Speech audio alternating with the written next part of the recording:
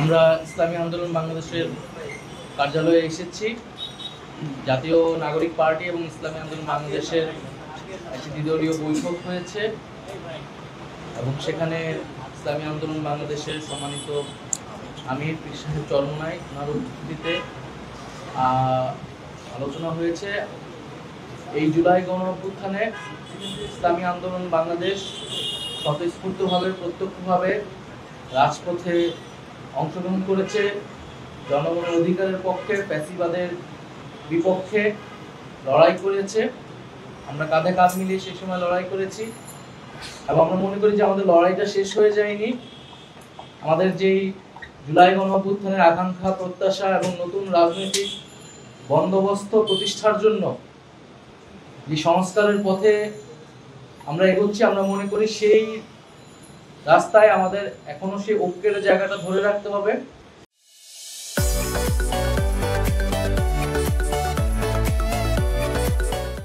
তো সেই উদ্দেশ্য থেকেই মূলত এই বৈঠকগুলো আমরা বিভিন্ন রাজনৈতিক দলগুলোর সাথেই বসছি, আলোচনা করছি। তা আমাদের যে বিচার, সংস্কার এবং গণপরিষদের এজেন্ডা, 3টি এজেন্ডা রয়েছে, আমরা সেই বিষয়গুলো নিয়ে আলোচনা করেছি। আমাদের বেশিরভাগ বিষয়ে ঐক্যের জায়গা আমরা খুঁজে পেয়েছি। যেসব জায়গায় দ্বিমত রয়েছে সেটাও পরবর্তীতে কিভাবে নিরসন করে আমরা একটা ঐক্যবদ্ধ জায়গায় আসতে পারি সেই বিষয়ে আমাদের আলোচনা হয়েছে। পরবর্তী কার্যক্রম কিভাবে এগোনো যায় সেই বিষয়ে আলোচনা হয়েছে।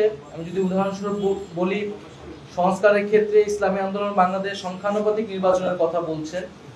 আমরা কেবল উচ্চ কক্ষে সংখ্যানুপাতিক নির্বাচনের কথা বলছি। তা ওনারা 2 কক্ষেই সংখ্যানুপাতিক নির্বাচনের কথা জোর দিয়ে বলছেন। ওনারা ওনাদের যুক্তি উপস্থাপন করেছেন। আমরা বলেছি এই বিষয়টা আমরা বিবেচনা করব, আমরা আলোচনা করব। আমরা গণপরিষদের নির্বাচনের বিষয়টা ব্যাখ্যা করেছি যে সংবিধানের মৌলিক সংস্কারের জন্য কেন গণপরিষদ নির্বাচন আসলে জরুরি, প্রয়োজন। ওনারা বলেছেন গণপরিষদ নির্বাচনের বিষয়টা ওনারাও ভেবে দেখবেন, যেহেতু ওনারাও রাষ্ট্রের মৌলিক সংস্কারই আসলে চাচ্ছেন।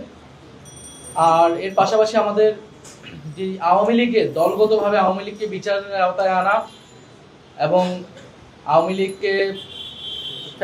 লীগের যে বিচার চলাকালীন সময় আওয়ামী লীগের রাজনৈতিক কার্যক্রম নিষিদ্ধ করা, নিবন্ধন স্থগিত করা ইত্যাদি বিষয়ে আলোচনা করেছেন। আমরা আমাদের অবস্থান বলেছি, ওনারাও এ বিষয়ে ঐক্যমত পোষণ করেছেন।